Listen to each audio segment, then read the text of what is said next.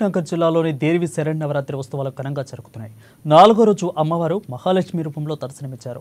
మహాలక్ష్మి అవతారంలో భాగంగా బ్రాహ్మణవాడలో గల వాసవి కన్యక పరమేశ్వరి ఆలయంలో 6,66,66,000 రూపాయలకు పైగా పైసలతో అలంకరణ చేశారు. ఈ కరెన్సీ అమ్మవారిని చూసేందుకు భక్తులు పెద్ద ఎత్తున పోటెత్తారు.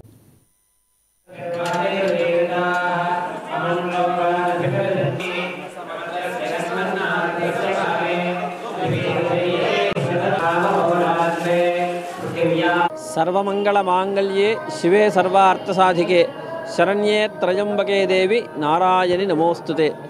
आत्मीय हिंदू बंधुవులందరికీ కూడా శరన్నవరాత్రి ఉత్సవ శుభాకాంక్షలు తెలియజేస్తూ పాలమూరులో ఈరోజు ఒక చరిత్ర తెలంగాణ మొత్తం కూడా పాలమూరు వాసవి కన్యకా పరమేశ్వరి దేవాలయం దిక్కు చూస్తూ ఉంది.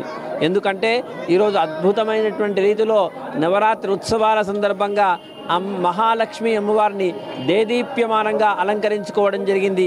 అద్భుతమైనటువంటి ఈ అలంకారాన్ని చూసి భక్తులు తండోపతండాలుగా తరలి వస్తూ ఉన్నారు.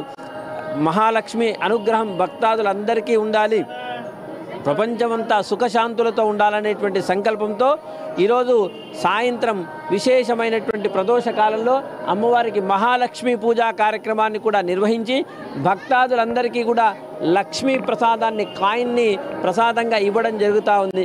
ఓం శ్రీ మాత్రే నమః. జై వాసవి. పట్టణ ఆర్యవైశ్య సోదర సోదరిమలకు మరి హిందూ బంధుమిత్రులందరికీ అడ్వాన్స్గా విజయదశమి శుభాకాంక్షలు. శ్రీ శ్రీ వాసవి కన్యకాపరిషత్ దేవాలయం బ్రాహ్మణవాడి యందు గత 4 రోజుల నుంచి దేవీ నవరాత్రులు ప్రారంభమైనవి. దాని భాగంగా ఈరోజు లక్ష్మీదేవి అలంకరణ రూపంలో శ్రీ వాసవిమాత దర్శనం ఇవ్వబడుతున్నది. లక్ష్మీదేవి అలంకరణలో 6,66,66,666 రూపాయల 66 పైసలతోటి అలంకరించుకోవడం జరిగినది.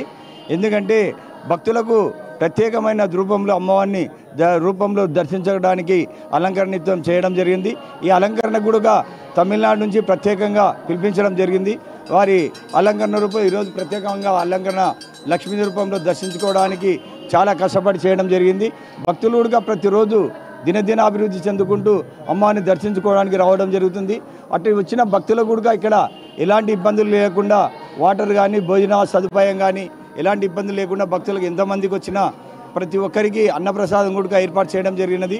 ఇటు కార్యక్రమంలో కుంకుమార్చన కార్యక్రమం, అభిషేకము, సాయంత్రం పల్లకి సేవ కార్యక్రమం కూడా నిర్వహించడం జరుగుతున్నది. ఇటు